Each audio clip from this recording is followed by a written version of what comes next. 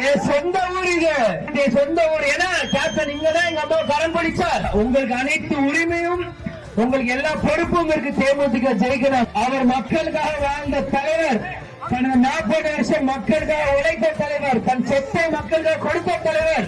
உங்க கேப்டனோட மகன் இந்த விஜய் பிரதர். நான் உங்களை உரிமையோட நான் கேட்பேன். உங்க சொத்து கேப்டன் விஜயகாந்த், உங்க சொத்து.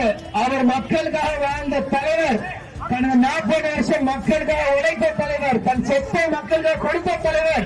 இன்னைக்கு அவர் கட்சி ஆரம்பிச்சார். கேப்டன் இல்லாத நிலையில் அவர் இன்னைக்கு எங்களை விட்டுட்டு போயிருக்காருன்னா உங்களுக்காக, உங்களுக்கு அனைத்து உரிமையும், உங்களுக்கு எல்லா பொறுப்பும் இருக்கு. தேமுதிக ஜெயிக்கணும். ஏன்னா உங்க கேப்டனோட மகன் இந்த விஜய் பிரதர். நான் உங்களை உரிமையோட நான் கேட்பேன்.